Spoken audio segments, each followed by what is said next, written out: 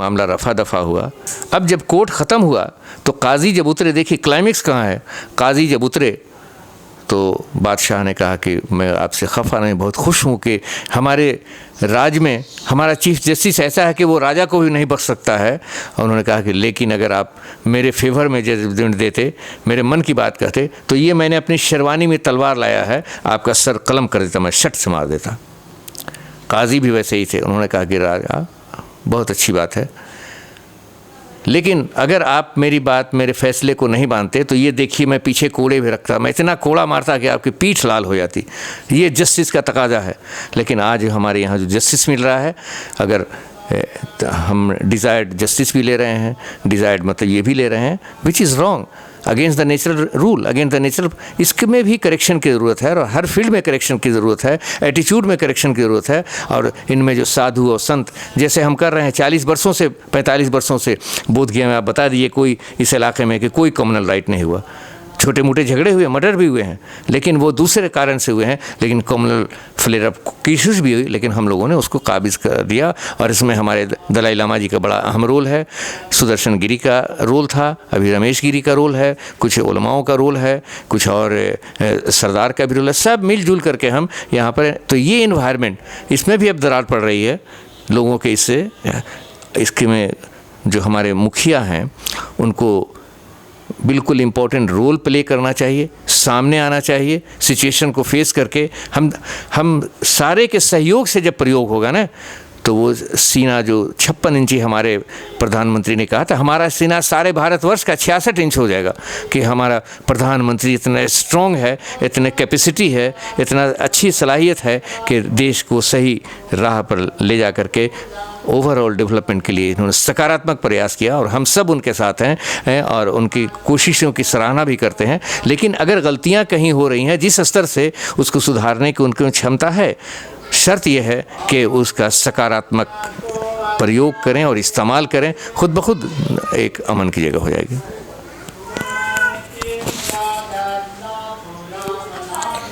बहुत ही माकूल जवाब दिया आपने।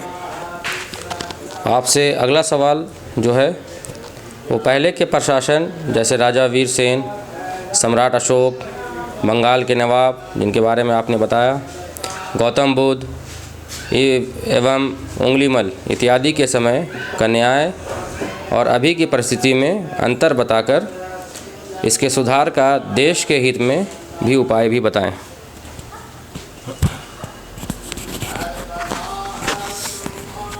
मैंने इससे संबंधित कुछ बातें बताई भी हैं इसके पहले। अब आप देखिए कि पहले का इंसाफ कैसा होता था। आपने राजा वीर सेन का नाम सुना होगा, वो बड़े कामयाब राजा हुए अपने पीरियड के। तो उनको लगा कि इसमें और सुधार की आवश्यकता है, तो हम कैसे करें। तो अपने भरा दरबार था, उन्होंने एक साधु जो बड़े मशहूर थे और रियल सेंस वाले साधु थे, ढोंगी वोंगी में नहीं थे, उन्होंने कहा कि हमें कुछ ऐसी अच्छी बातें बताएं कि हमारे राज्य में सुख हो, अमन हो, शांति हो, चैन हो और सब लोग ठीक ठाक से रहें। उन्होंने कहा कि अच्छा राजा, आप ऐसा करो कि थोड़ी रुई मंगाओ, मोम मंगाओ और एक मोमबत्ती मंगाओ। आ गई। उन्होंने कहा कि राजा, ये मोमबत्ती जो मैंने मंगाई इसको जलाओ। जलाया। उन्होंने कहा कि तुम ऐसा करो कि तुम ऐसा काम करो कि जितने भी दुखी लोग हैं या जितने भी लोग हैं उनके दिल इस तरह से रोशन हो जाएं कि एक दूसरे में भेदभाव ना हो, एक दूसरे में प्रेम भाव चले और सब जगह रोशनी रोशनी पड़े, अंधेरा किसी के घर में हो ही नहीं। और ये जो धागा लाया है और जिससे बनता है ये रुई जो मैंने मंगाया, ये इसलिए कि इससे रुई बनती है और ये सुई भी सामने है। इस रुई से धागा बना करके सुई से तुम अगर किसी में लड़ाई झगड़ा है तो उसको इस तरह से सियो कि उसके जो टूटे हुए दिल भी हैं वो जुट जाएं। और ये रुई कपड़ा बनाने का भी काम करती है। जो नंगे मतलब लोग हैं, भूखे को भी अपना खाना खिलाओ, इतना कपड़ा बनवा दो कि कोई नंगा नहीं रहे, किसी को ठंडा का एहसास नहीं हो और सब लोग सुखी रहें। वीर सेन ने इनको फॉलो किया और वो जो रिजिम था वीर सेन का, वो हमारे इसमें पूरी तरह से एक सक्सेस हुकूमत कही जाती है। अब उंगली माला का आप देखिए कि सारे देश में उस ज़माने में गौतम बुद्ध बड़े मशहूर थे। उंगली माला एक डाकू था, बैंडिट था।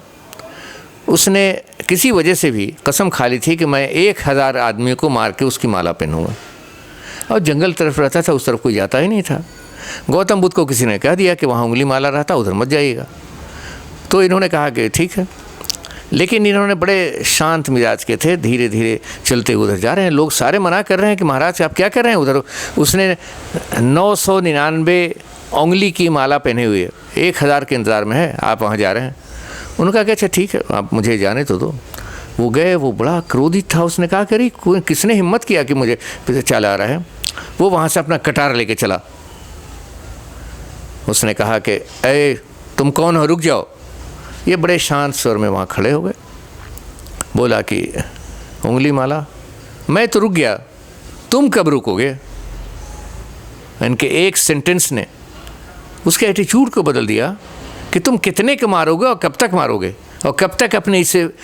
और इनका जो लव, फ्रेटर्निटी, कंपैशन का, और ख़ास करके कंपैशन का जो स्पिरिचुअल विजडम की निगाह उस पर जो पड़ी, उसने ऐसा हदर किया कि उसका टर्निंग पॉइंट था।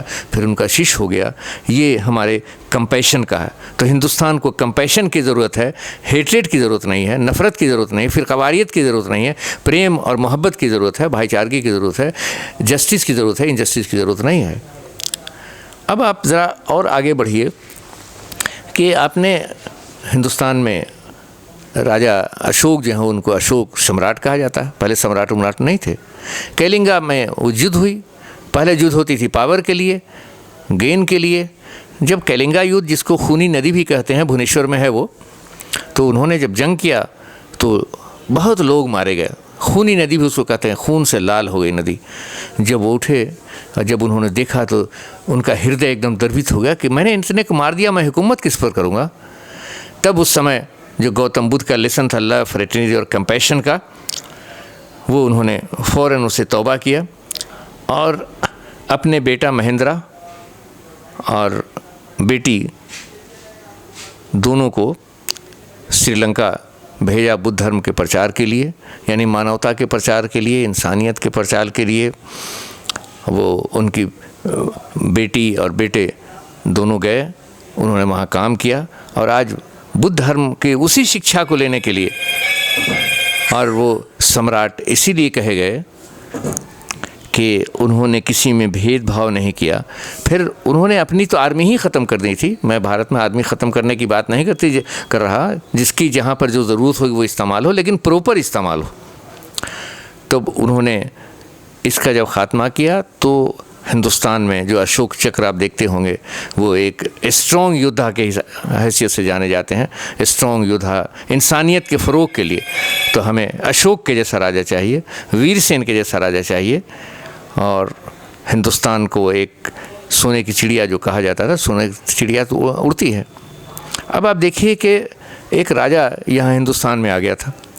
सनातन को भी ज़रा आप समझ लें थोड़ा सा, चूँकि रिलीजन की भी बात है, मल्टी रिलीजियस है, कि एक अलेक्जेंडर जिसका नाम था, जिसको सिकंदर कहते थे, यूनान का रहने वाला था, वो मारता काटता चला, दुनिया को फतह करने का उसको भी पागलपन सवार हो गया, रावण के जैसा। हिंदुस्तान में आया तो सिंध नदी में उसका मुकाबला हो गया हमारे राजा पोरस से। पोरस से जब तो अनफॉर्चुनेटली हमारा राजा हार गया। जब हार गया तो रावण के उसके जनरल और कर्नल ने इनको बांध करके उसके सामने जब रखा तो उस राजा ने पूछा कि सिकंदर ने कि पोरस तुम्हारे साथ क्या सलूक करें। उसको शायद उम्मीद थी कि वो कहेगा कि हुजूर माए बाप अब तो हम आपके कब्ज़े में हैं, हमारी जान की माफ़ी दे दी जाए, कुछ परगने दे दिया जाए या हमारे फ़ौज को छोड़ दिया जाए। लेकिन मूलतः चूँकि ये सनातन धर्म से संबंधित था, इसको अपने वेद पर यकीन था, पुराण पर यकीन था, उपनिषद पर यकीन था, जिसमें लिखा हुआ है हर में कि जब जहाँ जैसे मौत होनी है तभी होना। उसने कहा कि इसकी क्या हस्ती कि मुझे मारेगा। इन्होंने कहा कि सिकंदर, एक राजा दूसरे राजा के साथ जो सलूक करता है वही सलूक करो। इतना कहना था कि उसमें एवेकनिंग आ गई, उसके चक्षु खुल गए और उस एवेकनिंग से उसने सीने में लगाया, जीती सल्तनत वापस किया, यहाँ से चला गया। लेकिन वो तो चला गया। उसके जाने के बाद हिंदुस्तान सोने की चिड़िया थी, उसके जनरल और कर्नल बहुत रह गए। तो यूनान ही एक ऐसा देश है जहाँ लेटर एस का इस्तेमाल नहीं होता है।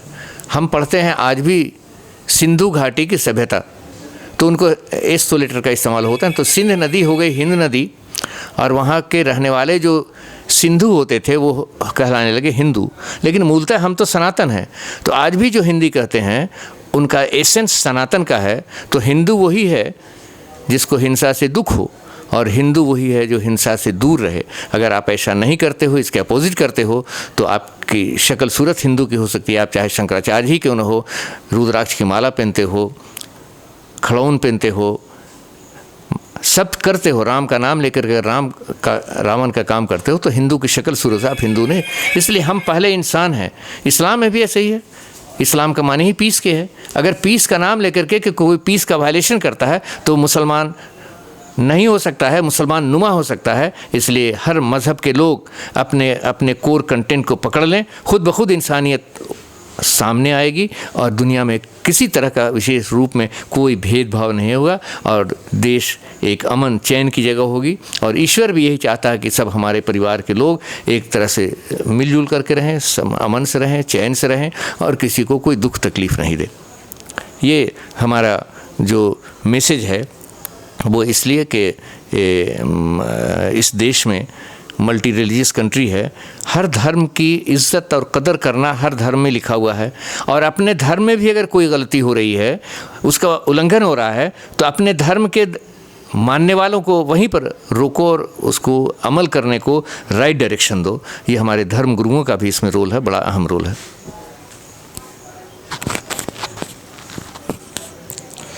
आपसे अगला सवाल। भारत में एक विशेष युद्ध कुरुक्षेत्र में महाभारत के नाम से हुई थी, जिसमें कृष्ण के निर्देशन में अर्जुन ने हथियार उठाए और सत्य एवं न्याय की विजय हुई थी। उसकी रोशनी में भारत में अभी एक कृष्ण और कई अर्जुनों की आवश्यकता के विषय में आपके क्या विचार हैं?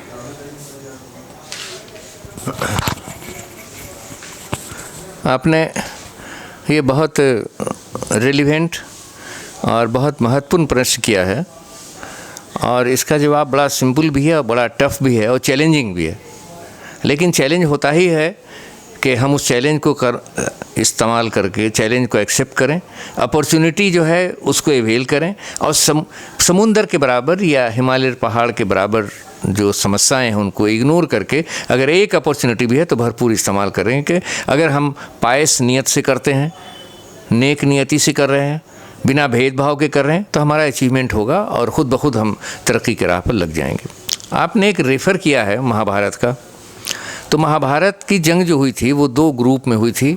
एक तरफ कौरव की सेना थी, दूसरी तरफ पांडव की सेना थी।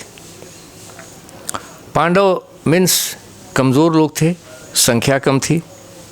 अब जब जंग शुरू हुई तो कृष्ण तो बड़े मैन ऑफ विज़न थे, ये जस्टिस के हमेशा साथ रहते थे। अर्जुन बड़े योद्धा थे, ये माहिर थे, ये जब तीर चला दें तो वहाँ पर नहीं लगने का कोई प्रश्न था। रथ से जब इन्होंने अर्जुन को निर्देशन दिया रथ ये चलाने को, कौरव को मारने को, जैसे ही उन्होंने देखा तो कृष्ण से इन्होंने प्रश्न किया कि हे महाराज, ये तो हमारे परिवार के लोग हैं, ख़ानदान के लोग हैं, हमारे चचा हैं, मामा हैं, नाना हैं, जो भी ये होगा, हम इनको कैसे मारें? इन्होंने कहा अर्जुन सुनो, तुमको मैंने अपने परिवार के या ख़ानदान के या अपने रिश्तेदारों को कहाँ मारने का? तुम अभी न्याय और अन्याय के द्वार पर खड़े हो। तुम न्याय का साथ देना चाहते हो कि अन्याय का? इतना कहना था कि उनमें एवेकनिंग आ गई। उन्होंने हथियार उठाया और फाइनली जो जस्टिस पर था, पांडव जिनकी संख्या कम थी, उनकी विजय हुई और 18 दिन में वो ख़त्म हो गई। लेकिन और उसको संजय ने अपने 18 अध्याय में जो लिखा है वो वर्णन है, और गीता बहुत पवित्र किताब है, और उसके हम सारे न सिर्फ ये कि सनातन धर्म के लोग बल्कि दुनिया के जितने भी मज़हब के लोग हैं उसको एक पवित्र और एक गाइडलाइन ट्रीट करते हैं। इतनी अच्छी किताब, और उसको अच्छी किताब को करके और फिर वायलेशन हम करें तो हम गीता के फॉलोअर भी नहीं हो सकते। जिस तरह से कुरान पढ़ के उसका वायलेशन करे तो नहीं हो सकता, धम्मपद पढ़े उसका वायलेशन करे तो वो बुद्धिस्ट भी नहीं हो सकता, पंचशीला बोले और पंचशीला का वायलेशन करे, अष्टम मार्ग करे अष्टम मार्ग का वायलेशन करे तो वो बुद्ध भी नहीं हो सकता, बाइबल पढ़े और उसका कहा गया लव योर एनिमीज उसका वायलेशन करे तो वो भी नहीं हो सकता। तो इसी तरह से और जैन जैसे अहिंसा परमो धर्म कहें उसका वायलेशन करें तो रियल सेंस में जैन भी नहीं है। तो हम मानव पहले हैं। तो मैं जिस बात की तरफ इशारा कर रहा था कि उन्होंने जब 18 दिन में जंग ख़त्म हुई, पांडवों की विजय हुई, मीन्स सत्य की विजय हुई, इंसाफ की विजय हुई। लेकिन अभी जो परिस्थिति हमारे देश की है, ये तो एक एक गांव महाभारत बना हुआ है, एक एक गांव कुरुक्षेत्र बना हुआ है। और ये देन इन ट्रैकलेस मिसलेड जो कर रहे हैं मीडिया वाले, हाईली क्वालिफाइड हैं, ज़ीरो पर है, ज़ीरो पर, उनकी कोई डिग्री का कोई माने, MA PhD DD तो मैंने पता नहीं कौन कौन कॉरेस्पॉन्डेंस में और इसमें डिग्री और डिप्लोमा और PhD सब लिए हुए हैं। लेकिन वो सब बेकार है अगर वो इंसानियत का फ़रोग नहीं दे रहे हैं, इंसानियत को तोड़ने का काम कर रहे हैं, फिर ख़वारियत की कोई बात कर दे रहे हैं, तो इट डिज़र्व सीवियर कंडेमनेशन। और पूरे नेशन की तरफ से मैं कंडेम करता हूँ कि आप इंसानियत के फ़रोग के लिए, देश की तरक्की के लिए, ओवरऑल डेवलपमेंट के लिए पांचों उंगली को इक्वल मान करके सबको फ्लेक्सिबल होकर के मिलाने की कोशिश कीजिए, किसी को काटने की कोशिश नहीं कीजिए। और यही हाल पॉलिटिक्स में भी है, कहीं चाहे मेंबर पार्लियामेंट ही क्यों ना हो, मेंबर लेजिस्लेटिव असेंबली क्यों ना हो, दूसरे हों, अगर इस एटीट्यूड से निगेटिव से करते हैं तो कृपया अपने विजडम का इस्तेमाल करो, मोरल डिसिप्लिन को काम करो और सारे काम आप इस तरह से करके आप अपना काम आगे बढ़ाने की कोशिश करो। इसी तरह से हमारे प्रधानमंत्री अभी हैं, मैं उनको एक ग्रेट आदमी समझता हूँ और बहुत वेट देता हूँ, बहुत इज्जत करता हूँ। मैं उनसे अनुरोध करता हूँ कि वो कृष्ण का रोल प्ले करें और एक अर्जुन नहीं, जितनी मिनिस्ट्री है उसमें कैपेबल लोग हैं, केवल उनके एटीट्यूड में बदलाव ला करके उतने अर्जुन पैदा करें और वो अर्जुन इतने कैपेबल हों कि नाइंसाफ़ी का ख़ात्मा करके मुल्क में इंसाफ का बोलबाला करवा दें, खुद ब खुद देश तरक्की करने लगेगा। और अभी जो जंग हो रही है, जो अभी ये है कि बजाय इसके 2 कोरोना से हम लड़ रहे हैं, लड़ाई दूसरी लड़ रहे हैं और यहाँ हम इलेक्शन के इसमें चले गए, तो उसमें भी हमें इस बीमारी से बचना चाहिए, इस कम्युनलिज्म से, चाहे इससे, और हम ह्यूमनिज़म को प्रमोट करते हुए अपने अपने एजेंडे को लागू करेंगे।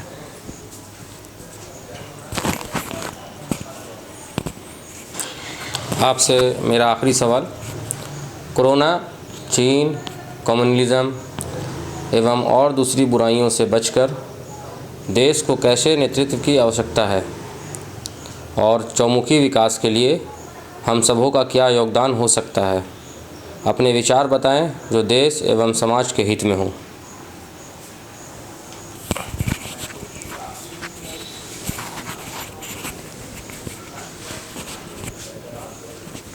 इसके जवाब के पहले मैं जो हमारा role micro to macro level है, ये सब पर लागू होता है कि अपना तो काम है कि जलाए चलो चिराग, रास्ते में खाह दोस्त के दुश्मन का घर मिले। विदाउट एनी डिस्क्रिमिनेशन हमें लाइटन करते फिरें, जितनी हमारी क्षमता है, जितनी सलाहियत है, ये चाहे वो एक किसान है, मज़दूर है, न उसका एक्सप्लॉयटेशन हो और न जो बड़े लोग हमारे ही पैसे से वहाँ बैठे हैं वो एक्सप्लॉयटेशन नहीं करें, बल्कि उनको अपने फैमिली मेम्बर माने, उनके दुख दर्द में हमेशा शरीक हों। अब चीन और कोरोना 2 बहुत अहम चीज़ आपने कहा है। कोरोना का आज भी मैं अखबार देख रहा था तो अब 89 लाख से ऊपर विक्टिमाइजेशन हो चुका है अराउंड द वर्ल्ड, 4 लाख से ऊपर कैजुअलिटी हो चुकी है। हमारे देश में भी लगभग 4 लाख मरीज़ हो चुके हैं और 12-13 हज़ार लोग मतलब आप समझिए कि दुनिया से गुज़र चुके हैं। और ये वायरस गांव-गांव तक अब यहाँ मज़दूर के आने की वजह से, बाहर के लोगों के आने की वजह से, आदान प्रदान से अब यहाँ पर कहाँ पर चूक हुई, ये सब एडमिनिस्ट्रेटिव लैप्सेस कहाँ हुआ है, ये एनालाइज करना सरकार का काम है, उनके एक्सपर्ट्स का काम है। लेकिन लैप्सेस तो हुआ, इससे तो एक एक बच्चा कह रहा है कि लैप्सेस है, इनडिफरेंट एटीट्यूड है, जिससे ये इतना बढ़ गया। क्योंकि जब आपने अनाउंस किया था शुरू दिन प्रधानमंत्री ने हमारे, उस समय केवल 500 पेशेंट थे और आज अभी 4 लाख से ऊपर बढ़ गए, रोज़ तेज़ी से बढ़ रहा है। कुछ राज्य बहुत इसमें आगे मतलब बढ़ गए हैं।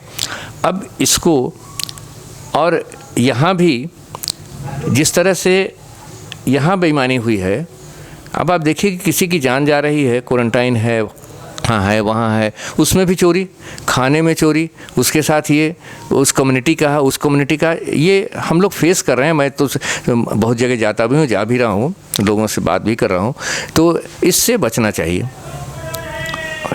तो कोरोना एक बीमारी है जो अनसीन हमारा दुश्मन है, जिसमें सारे वीपन और सारे गुरूर और सारे घमंड ख़त्म हो गए कि कितने बड़े से बड़े हो, अगर पकड़ना है तो मैं तुम्हें भी पकड़ लूँगा। देखें तुम्हारे आइटम बम में कितनी ताकत है, तुम्हारे वीपीएन में कितनी ताकत है। अरे जो जिस चीन का आपने लिया वहीं से तो इशू हुआ, सारे दुनिया को ट्रेवल करते भारत में भी आ गया। अब भारत के साथ उसने जब चीन का आपने नाम लिया तो 1962 में, आप तो शायद मुझसे बहुत एज में कम हो, उस वक्त नहीं होगे, मैं 8 या 9 में पढ़ता था। It was the year 1962, Pandit Jawaharlal Nehru prime minister हुआ करते थे। जैसे ही चीन ने हमारी कुछ ज़मीन पर कब्ज़ा किया, उस वक्त हमारे पास इतने सोफिस्टिकेटेड वीपन भी नहीं थे, इतने ट्रेंड लोग भी नहीं थे। उस वक्त जज्बा इस तरह से था कि हम लोगों के यहाँ की औरतों ने भी, और निज़ाम हैदराबाद या दूसरे लोगों ने जितना मैक्सिमम था, ऑर्नामेंट तक अपना, जिसके पास एक नथ था तो मेरे सामने नथ भी ला करके उसने दे दिया। स्कूल में मैं पढ़ता था, हम लोगों के पास जितने पैसे थे, घर से चावल बेच करके उसमें 2 आना, 4 आना, 1 रुपया, जिससे जो संभव था सब देता था। ये जज्बा था कि हमारे देश पर उसने, एक विदेशी ने हमारी दोस्ती को, जवाहरलाल नेहरू की दोस्ती को उसने ठेस पहुँचाई है, हम उसका जवाब देंगे। वो जज्बा दूसरा था। लेकिन अभी भी जज्बा हमारा एक एक देशवासी का है, हमारे आदमी को। लेकिन एडमिनिस्ट्रेटिव लैप्सेस जहाँ पर हुआ है उसके भी मॉनिटरिंग की ज़रूरत है कि हमारे आदमी को 84-86 आदमी उनके कैद में रहें, 20 आदमी को वो मार दे और उनका आदमी एक ज़ख्मी भी नहीं हो। हमारे पास सैटेलाइट है, दूसरे इक्विपमेंट हैं और हमको कोई ख़बर नहीं हो, देश को कुछ खबर नहीं है। हम उसकी स्ट्रेटेजी, हमारे पास इतने एक्सपर्ट्स हैं, इतने सोफिस्टिकेटेड वीपन हैं, या तो हम सरेंडर करें, जो हम नहीं कर सकते, किसी हालत में नहीं कर सकते हैं। एक भारत का बच्चा जिस समय तक आखिरी सांस है अपने धरती के एक इंच को बचाने की वो कोशिश करेगा। शर्त यह है कि हमारे जो पावर में लोग बैठे हुए हैं, जिनको हम ही लोगों ने पावर दिया है, वो एक यूनाइटेडली सारे लोगों को साथ लेकर के, कॉन्फिडेंस में लेकर के, बिना इंडिफरेंट एटीट्यूड के देश के एक रणनीति ज्वाइंट एफर्ट हम करेंगे तो चाइना के ऐसे कितने चाइने आवेंगे, तो हम उनको हम नेतृत्व देने के भी, और उनके एटीट्यूड को, आपको पता शायद है कि नहीं है कि उतना बड़ा देश जो जालिम हो गया, वहाँ हमारे देश से निकला हुआ, वहाँ जो सबसे अधिक धर्म माना जाता है वो बुद्धिज़्म माना जाता है। लेकिन अगर बुद्धिज़्म का वो वायलेशन कर रहे हैं तो ठीक से बुद्धिज़्म को पढ़ाने के लिए मैं भी काफ़ी हूँ। आप बुद्धिस्ट गुरु तो आप छोड़ दीजिए, आप अपॉर्चुनिटी दे करके तो देखो। लेकिन आपका तो इंडिफरेंट के फलां से मिलेंगे नहीं, फलां से बात नहीं करेंगे, फलां से ये नहीं करेंगे, तो गो हेड। तब तो फिर देश को हम लोग, लेकिन देशवासी ऐसे छोड़ेंगे नहीं। हम हर अपनी आखिरी सांस तक देश की मर्यादा को, देश की इज़्ज़त को, समाज की इज़्ज़त को, प्रधानमंत्री की इज़्ज़त को, चूँकि हमारे वो प्रधानमंत्री हैं, सर झुकने नहीं देंगे। सर हमारा ऊंचा रहेगा, झंडा ऊंचा रहेगा, प्रधानमंत्री मेरा ऊंचा रहेगा, मेरा संविधान ऊंचा रहेगा, और हम हर चीज़ का नेगेटिव थॉट का मुंह तोड़ जवाब देने के लिए सक्षम हैं और इसको करते रहेंगे। लेकिन शर्त वही है कि हम इसको एक, ये वायरस जो हो गया, जो सारे देश में कुरुक्षेत्र अभी बना हुआ है, इस कुरुक्षेत्र को बदलने के लिए मैं अनुरोध करता हूँ फिर से, वो उसमें ज़्यादातर जो मीडिया में बैठे हुए हैं मुझसे एज में यकीनन कम है, कि ज़रा अपने विवेक का प्रयोग करो भाई मेरे। तुम क्या कर रहे हो? तुम होश में हो? देश को क्या डायरेक्शन तुम दे रहे हो? क्या मिसलीड कर रहे हो? क्यों कर रहे हो? किसने कहा तुमको? तुम भारतवासी हो, हम भी भारतवासी हैं। हमारा फ़र्ज़ है कि देश को सही डायरेक्शन दे करके, सही न्यूज़ दे करके, किसी भी दुश्मन को, बड़े से, चाहे वो कोरोना हमारा दुश्मन हो, चीन दुश्मन हो, पाकिस्तान दुश्मन हो, कोई भी दुश्मन हो, हम उसके लिए सक्षम हैं उसके दांत खट्टे कर देने को, उनको लेसन देने को, उनको प्रॉपर गाइड देने को। और उनके हम दुश्मन नहीं हैं, फिज़िकली दुश्मन नहीं है, बल्कि उनका जो एटीट्यूड है उसके दुश्मन है। उनका एटीट्यूड को, नेगेटिव को, अपने प्रॉपर विजडम का इस्तेमाल करके, स्पिरिचुअल विजडम से, मोरल डिसिप्लिन बता करके, उनके एटीट्यूड को बता करके, हम तुम्हारे भाई हैं, हम पर जुल्म मत करो, ताकि हम भी तुमको रोकने के लिए हमको फोर्स का इस्तेमाल न करना पड़े। लेकिन ये